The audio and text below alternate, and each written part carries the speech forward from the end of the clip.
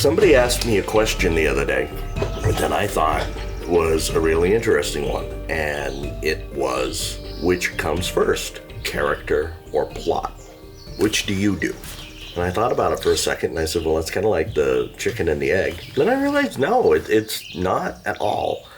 Sometimes I will, quite often, not sometimes, quite often, I will do the character first. I might be thinking about something, and I think about somebody I'd like to hang out with, or I'll remember somebody I used to hang out with, or something like that. And then I kind of try and picture, well, what would I like to do with them? What kind of adventure would I like to go on with them? How would I like to, spend time? What would we do together? And then other times I find myself thinking about a situation, a circumstance I might be in, going through a tough time, dealing with difficult emotions or things like that. And I kind of wonder, who would I like to face this with? If I was stuck on a desert island or some dystopian environment, the collapse of civilization, who would I want to be in my circle? And so then that's a case where plot gives birth to character. But like I said before, sometimes I'll quite often think about my friends. That's largely where character comes from with me.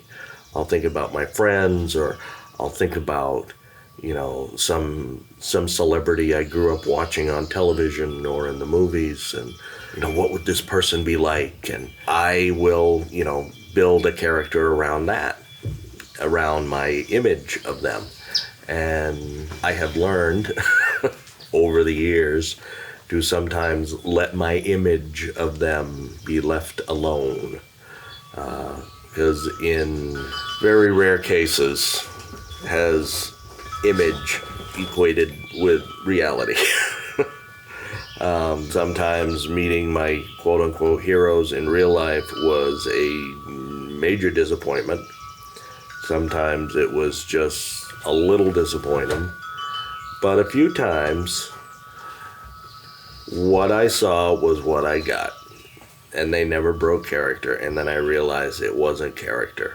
It was them. That's how I come up with character. Is, I'll base it on a friend or an image of a friend. And then for plot, I think about situations I'm going through, or I have gone through, or I might have to go through. Who would I want to be in my little band of merry men, so to speak? So I guess it's not an either or, it's however circumstances play it out. Sometimes it's character, sometimes it's plot.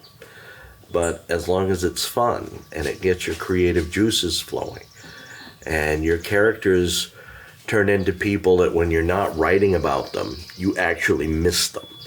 And the reason you want to sit down and write every day is you want to hang out with them some more and you want to spend time with them. As long as that spurs on your writing, or if you're coming up with a plot and a storyline and you've got to figure out how the next stage is going to go, what you're going to do with the next part, that's great too. As long as it's something that will inspire you to sit down and stare at that blank screen for any length of time every day.